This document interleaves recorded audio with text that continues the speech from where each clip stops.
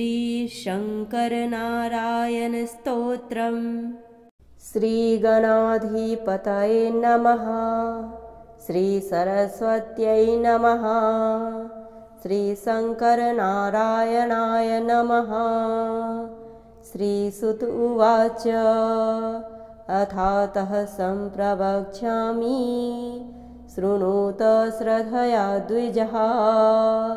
अत्यद्भुतमिदं स्तोत्रं रहस्यं सर्वकामदम्। शङ्करः श्रीशयो दिव्य नाम साहस्रमुत्तमम्। सर्वविद्याप्रदं पुण्यं चतुर्वर्गफलप्रदम्। शिवकेशवयोरैक्यमिच्छते क्रोडयोगिने। नारदः प्रोक्तवान् पूर्वं समन्त्रं सरहस्यकम्।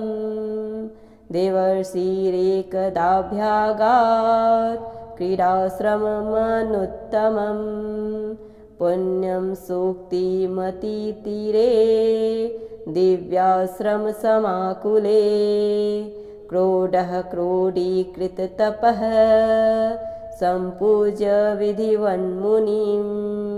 सुखोपविष्टमुदितमिदं वचनमब्रवीत। क्रोडऋषिरुवाच धन्योऽस्मि कृतकृत्योऽस्मि भवदागमनेन हि। जीवितं सफलं मेध तपश्च सफलं श्रुतम्। भगवन् ब्रूहि सर्वज्ञ यदा हरिहराउभौ। एकाकारेण भवतः साक्षात् क्षेत्रं महामुने। अभेदविद्यादानेन कृपयानुगृहाण माम्। इति सम्प्रार्थितस्तेन नारदः प्राहतं मुनिम्। कस्यापि न मया प्रोक्तं तथाप्युपदिशामि ते। सर्वलोकहितार्थाय सद्यः प्रत्ययकारकम्। गोपनीयं प्रयत्नेन न देयं यस्य कस्यचित्। विचार्थभक्तियुक्ताय शिष्याय हितकारिणे। यथोक्तकारिणा देयं नित्यं श्रद्धानुशालिने। क्षिप्रसिद्धिकरं पुण्यं सर्वरोगैकभेषजम्। स्कन्दाय कथितं पूर्वं कैलासे त्रिपुरारिणा। सनत्कुमारेण तथा प्राप्तं तस्मान् महामुने। सम्मेलितं महामन्त्रं द्वादशाक्षरविद्यया। नाम्नां सहस्रं परमं श्रीविष्णुमहात्मनोः। तदहं ते प्रवक्ष्यामि लोकानां हितकाम्यया। सर्वाभीष्टप्रदं दिव्यं भेदं ज्ञानदं मुने। शिवकेशवयोः साक्षात् देकाकारप्रदर्शनम्।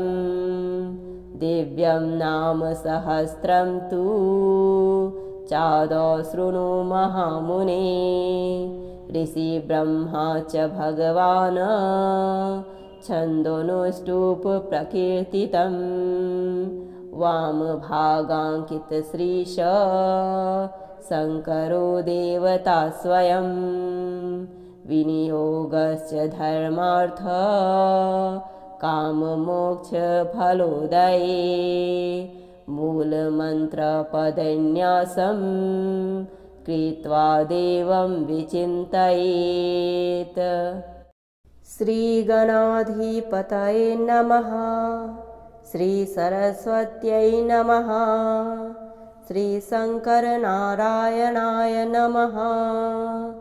श्रीसुत उवाच अथातः सम्प्रवक्ष्यामि शृणुत श्रद्धया द्विजः अत्यद्भुतमिदं स्तोत्रं रहस्यं सर्वकामदं शङ्करः श्रीशयो दिव्य नाम साहस्रमुत्तमं सर्वविद्याप्रदं पुण्यं चतुर्वर्गफलप्रदं शिवकेशवयोरैक्यमिच्छते क्रोडयोगिनी नारदः प्रोक्तवान् पूर्वं समन्त्रं सरहस्यकं देवर्षिरेकदाभ्यागात् क्रीडाश्रममनुत्तमं पुण्यं सूक्तिमतितीरे दिव्याश्रमसमाकुले क्रोडः क्रोडीकृततपः सम्पूज्य विधिवन्मुनिं सुखोपविष्टमुदितमिदं वचनमब्रवीत क्रोडऋषिरुवाच धन्योऽस्मि कृतकृत्योऽस्मि भवदागमनेन हि जीवितं सफलं मेध तपश्च सफलं श्रुतं भगवन् ब्रूहि सर्वज्ञ यदा हरिहराउभौ एकाकारेण भवतः साक्षात् क्षेत्रं महामुने अभेदविद्यादानेन कृपयानुगृहाण माम् इति सम्प्रार्थितस्तेन नारदः प्राहतं मुनिं कस्यापि न मया प्रोक्तं तथाप्युपदिशामि ते सर्वलोकहितार्थाय सद्यः प्रत्ययकारकं गोपनीयं प्रयत्नेन न देयं यस्य कस्यचित् विचार्थभक्तियुक्ताय शिष्याय हितकारिणे यथोक्तकारिणा देयं नित्यं श्रद्धानुशालिने क्षिप्रसिद्धिकरं पुण्यं सर्वरोगैकभेषजं स्कन्दाय कथितं पूर्वं कैलासे त्रिपुरारिणा सनत्कुमारेण तथा प्राप्तं तस्मान् महामुने सम्मेलितं महामन्त्रं द्वादशाक्षरविद्यया नाम्नां सहस्रं परमं श्रीविष्णुमहात्मनोः तदहं ते प्रवक्ष्यामि लोकानां हितकाम्यया सर्वाभीष्टप्रदं दिव्यं भेदं ज्ञानदं मुने शिवकेशवयोः साक्षात् देकाकारप्रदर्शनं दिव्यं नाम सहस्रं तु चादौ शृणु महामुने ऋषिब्रह्मा च भगवान् छन्दोनुष्टुप् प्रकीर्तितं वामभागाङ्कितश्रीश शङ्करो देवता स्वयं विनियोगश्च धर्मार्थ काममोक्षफलोदये मूलमन्त्रपदन्यासं कृत्वा देवं विचिन्तयेत्। श्रीगणाधिपतये नमः। श्रीसरस्वत्यै नमः। श्रीशङ्करनारायणाय नमः। श्रीसुत उवाच अथातः सम्प्रवक्ष्यामि शृणुत श्रद्धया द्विजः अत्यद्भुतमिदं स्तोत्रं रहस्यं सर्वकामदं शङ्करः श्रीशयो दिव्य नाम साहस्रमुत्तमं सर्वविद्याप्रदं पुण्यं चतुर्वर्गफलप्रदम् शिवकेशवयोरैक्यमिच्छते क्रोडयोगिनी नारदः प्रोक्तवान् पूर्वं समन्त्रं सरहस्यकम् देवर्षिरेकदाभ्यागात् क्रीडाश्रममनुत्तमम् पुण्यं सूक्तिमतीतीरे दिव्याश्रमसमाकुले क्रोडः क्रोडीकृततपः सम्पूज्य विधिवन्मुनिं सुखोपविष्टमुदितमिदं वचनमब्रवीत क्रोडऋषिरुवाच धन्योऽस्मि कृतकृत्योऽस्मि भवदागमनेन हि जीवितं सफलं मेध तपश्च सफलं श्रुतं भगवन् ब्रूहि सर्वज्ञ यदा हरिहराउभौ एकाकारेण भवतः साक्षात् क्षेत्रं महामुने अभेदविद्यादानेन कृपयानुगृहाण माम् इति सम्प्रार्थितस्तेन नारदः प्राह तं मुनिं कस्यापि न मया प्रोक्तं तथाप्युपदिशामि ते सर्वलोकहितार्थाय सद्यः प्रत्ययकारकम् गोपनीयं प्रयत्नेन न देयं यस्य कस्यचित् विचार्थभक्तियुक्ताय शिष्याय हितकारिणे यथोक्तकारिणा देयं नित्यं श्रद्धानुशालिने क्षिप्रसिद्धिकरं पुण्यं सर्वरोगैकभेषजं स्कन्दाय कथितं पूर्वं कैलासे त्रिपुरारिणा सनत्कुमारेण तथा प्राप्तं तस्मान् महामुने सम्मेलितं महामन्त्रं द्वादशाक्षरविद्यया नाम्नां सहस्रं परमं श्रीविष्णुमहात्मनोः तदहं ते प्रवक्ष्यामि लोकानां हितकाम्यया सर्वाभीष्टप्रदं दिव्यं भेदं ज्ञानदं मुने शिवकेशवयोः साक्षात् देकाकारप्रदर्शनं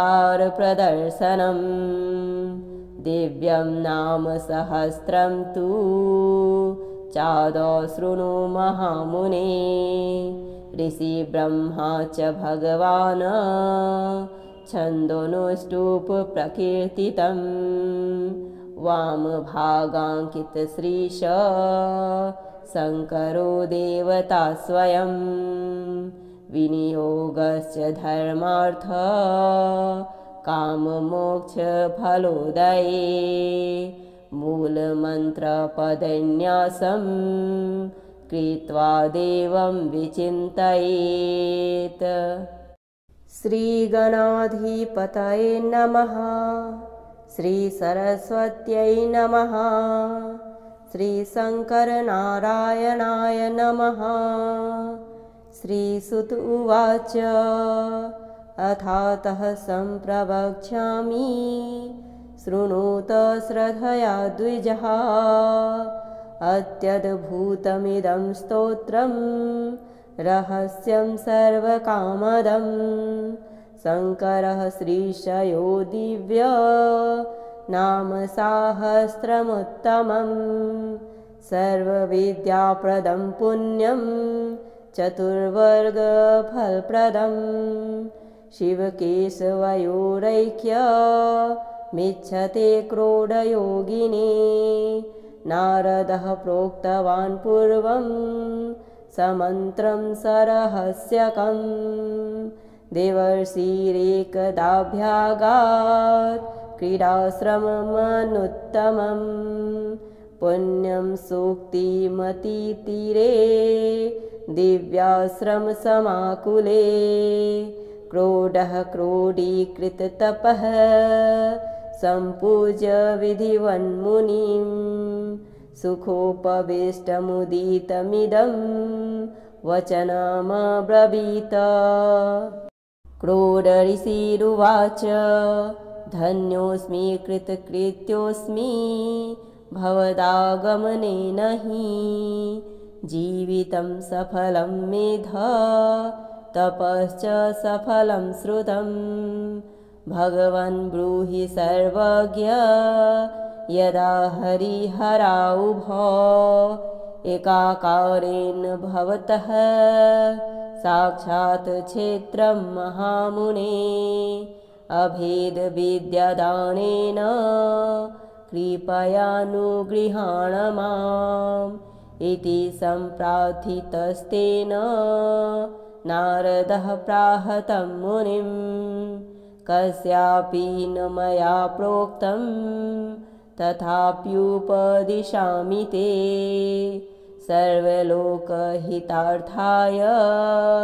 सद्यः प्रत्ययकारकं गोपनीयं प्रयत्नेन न देयं यस्य कस्यचित् विचार्थभक्तियुक्ताय शिष्याय हितकारिणे यथोक्तकारिणा देयं नित्यं श्रद्धानुशालिने क्षिप्रसिद्धिकरं पुण्यं सर्वरोगैकभेषजं स्कन्दाय कथितं पूर्वं कैलासे त्रिपुरारिणा सनत्कुमारेण तथा प्राप्तं तस्मान् महामुने सम्मेलितं महामन्त्रं द्वादशाक्षरविद्यया नाम्नां सहस्रं परमं श्रीविष्णुमहात्मनोः तदहं ते प्रवक्ष्यामि लोकानां हितकाम्यया सर्वाभीष्टप्रदं दिव्यं भेदं ज्ञानदं मुने शिवकेशवयोः साक्षात् देकाकारप्रदर्शनं दिव्यं नाम सहस्रं तु चादौ शृणु महामुने ऋषिब्रह्मा च भगवान् छन्दोनुष्टुप् प्रकीर्तितं वामभागाङ्कितश्रीश शङ्करो देवता स्वयं विनियोगश्च धर्मार्थ काममोक्षफलोदये मूलमन्त्रपदन्यासं कृत्वा देवं विचिन्तयेत्। श्रीगणाधिपतये नमः। श्रीसरस्वत्यै नमः। श्रीशङ्करनारायणाय नमः। श्रीसुत उवाच अथातः सम्प्रवक्ष्यामि शृणुत श्रद्धया द्विजः अत्यद्भुतमिदं स्तोत्रं रहस्यं सर्वकामदं शङ्करः श्रीशयो दिव्य नाम साहस्रमुत्तमं सर्वविद्याप्रदं पुण्यं चतुर्वर्गफलप्रदं शिवकेशवयोरैक्यमिच्छते क्रोडयोगिने नारदः प्रोक्तवान् पूर्वं समन्त्रं सरहस्यकं देवर्षिरेकदाभ्यागात् क्रीडाश्रममनुत्तमं पुण्यं सूक्तिमतीतीरे दिव्याश्रमसमाकुले क्रोडः क्रोडीकृततपः सम्पूज्य विधिवन्मुनिं सुखोपविष्टमुदितमिदं वचनमब्रवीत। क्रोडऋषिरुवाच धन्योऽस्मि कृतकृत्योऽस्मि भवदागमनेन हि जीवितं सफलं मेध तपश्च सफलं श्रुतं। भगवन् ब्रूहि सर्वज्ञ यदा हरिहराउभौ एकाकारेण भवतः साक्षात् क्षेत्रं महामुने अभेदविद्यादानेन कृपयानुगृहाण माम् इति सम्प्रार्थितस्तेन नारदः प्राह तं मुनिं कस्यापि न मया प्रोक्तं तथाप्युपदिशामि ते सर्वलोकहितार्थाय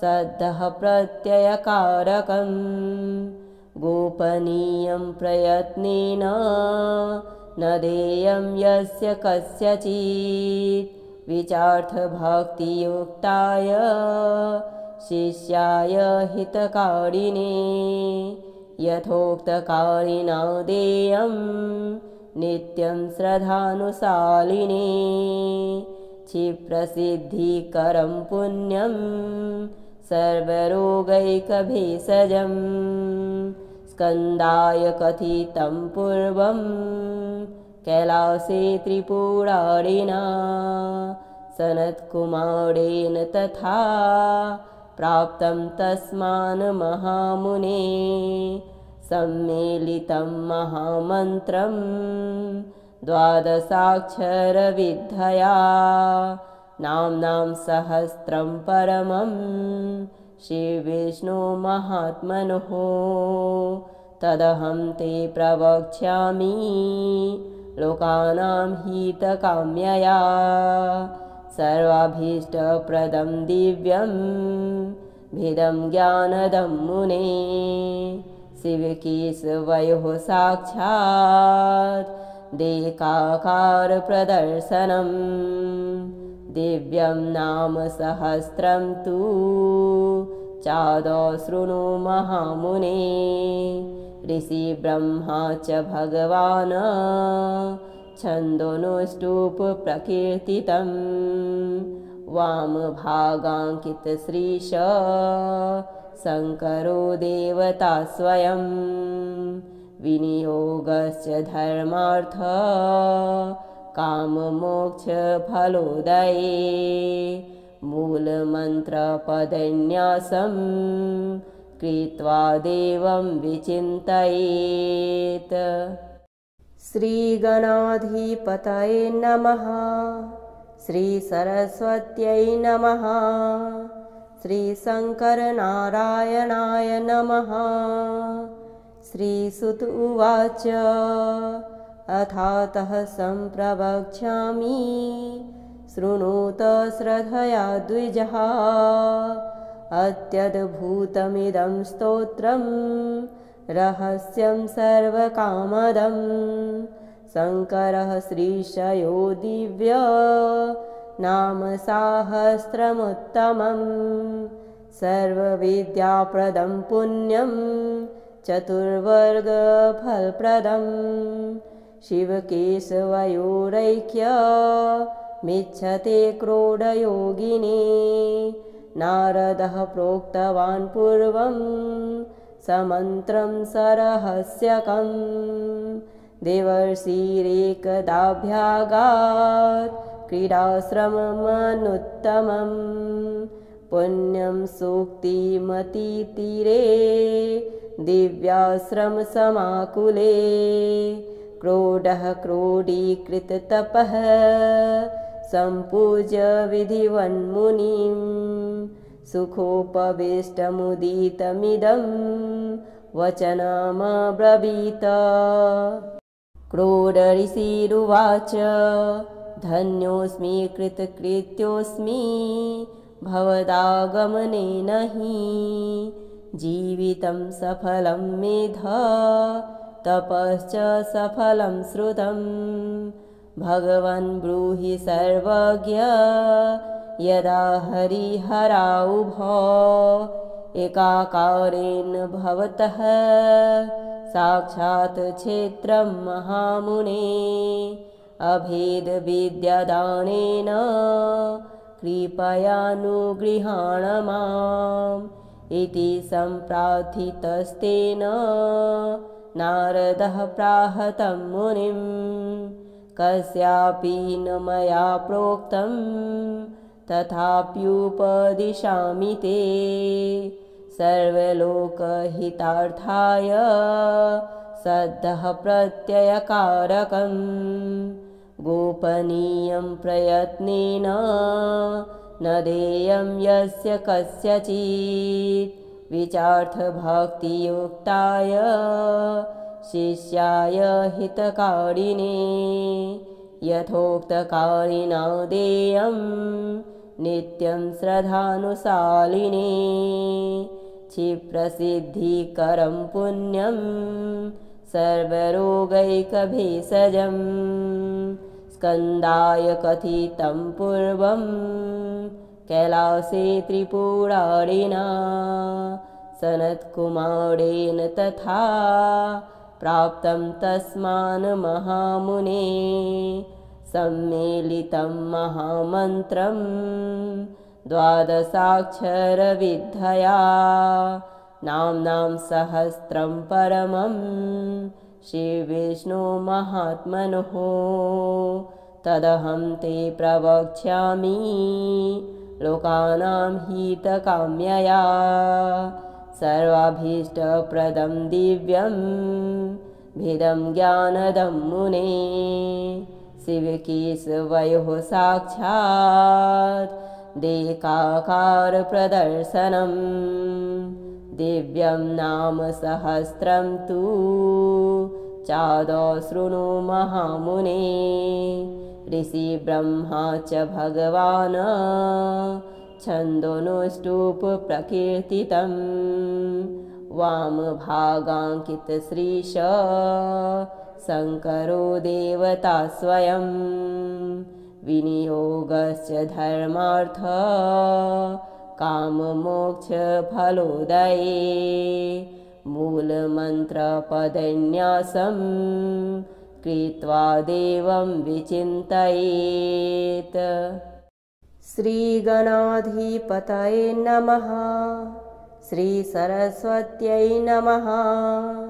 श्रीशङ्करनारायणाय नमः। श्रीसुत उवाच अथातः सम्प्रवक्ष्यामि शृणुत श्रद्धया द्विजः अत्यद्भुतमिदं स्तोत्रं रहस्यं सर्वकामदं शङ्करः श्रीशयो दिव्य नाम साहस्रमुत्तमं सर्वविद्याप्रदं पुण्यं चतुर्वर्गफलप्रदं शिवकेशवयोरैक्यमिच्छते क्रोडयोगिने नारदः प्रोक्तवान् पूर्वं समन्त्रं सरहस्यकं देवर्षिरेकदाभ्यागात् क्रीडाश्रममनुत्तमं पुण्यं सूक्तिमतितीरे दिव्याश्रमसमाकुले क्रोडः क्रोडीकृततपः सम्पूज्य विधिवन्मुनिं सुखोपविष्टमुदितमिदं वचनमब्रवीत। क्रोडऋषिरुवाच धन्योऽस्मि कृतकृत्योऽस्मि भवदागमनेन हि जीवितं सफलं मेध तपश्च सफलं श्रुतं भगवन् ब्रूहि सर्वज्ञ यदा हरिहराउभौ एकाकारेण भवतः साक्षात् क्षेत्रं महामुने अभेदविद्यादानेन कृपयानुगृहाण माम् इति सम्प्रार्थितस्तेन नारदः प्राह तं मुनिं कस्यापि न मया प्रोक्तं तथाप्युपदिशामि ते सर्वलोकहितार्थाय सद्यः प्रत्ययकारकं गोपनीयं प्रयत्नेन न देयं यस्य कस्यचित् विचार्थभक्तियुक्ताय शिष्याय हितकारिणे यथोक्तकारिणा देयं नित्यं श्रद्धानुशालिने क्षिप्रसिद्धिकरं पुण्यं सर्वरोगैकभेषजं स्कन्दाय कथितं पूर्वं कैलासे त्रिपुरारिणा सनत्कुमारेण तथा प्राप्तं तस्मान् महामुने सम्मेलितं महामन्त्रं द्वादशाक्षरविद्यया नाम्नां सहस्रं परमं श्रीविष्णुमहात्मनोः तदहं ते प्रवक्ष्यामि लोकानां हितकाम्यया सर्वाभीष्टप्रदं दिव्यं भेदं ज्ञानदं मुने शिवकेशवयोः साक्षात् देकाकारप्रदर्शनं दिव्यं नाम सहस्रं तु चादौ शृणु महामुने ऋषिब्रह्मा च भगवान् छन्दोनुष्टुप् प्रकीर्तितं वामभागाङ्कितश्रीश शङ्करो देवता स्वयं विनियोगश्च धर्मार्थ काममोक्षफलोदये मूलमन्त्रपदन्यासं कृत्वा देवं विचिन्तयेत्।